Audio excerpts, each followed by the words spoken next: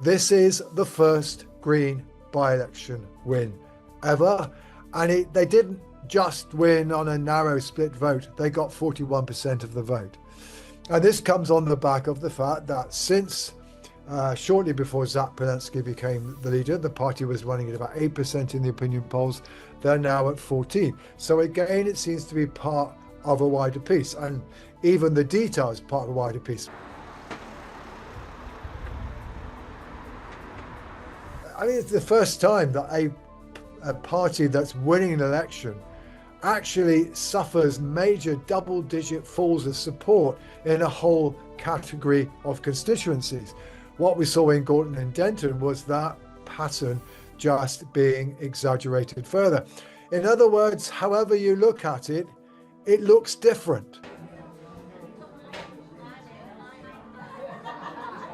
I don't think we can necessarily expect that in individual constituencies we will get a lot of Green versus Reform battles. But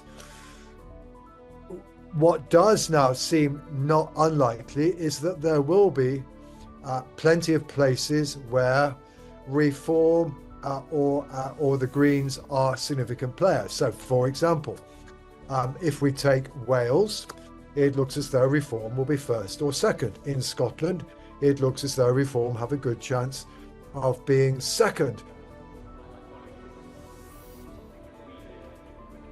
It's terrible, and it's particularly terrible for Keir Starmer. Keir Starmer, of course, owns the defeat because he debarred Andy Burnham from standing, and there's a widespread belief that given Andy Burnham's personal popularity and given this was a by-election in Manchester, that Mr Burnham would have had a much better chance of hanging on to the constituency.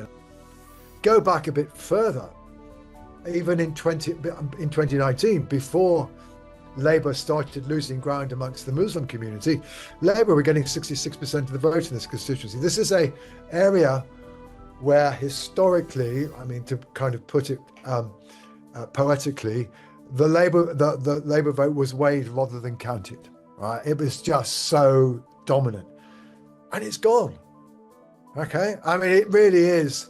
So in the course of 6-7 years, Labour's support has gone from 66% to just 25%.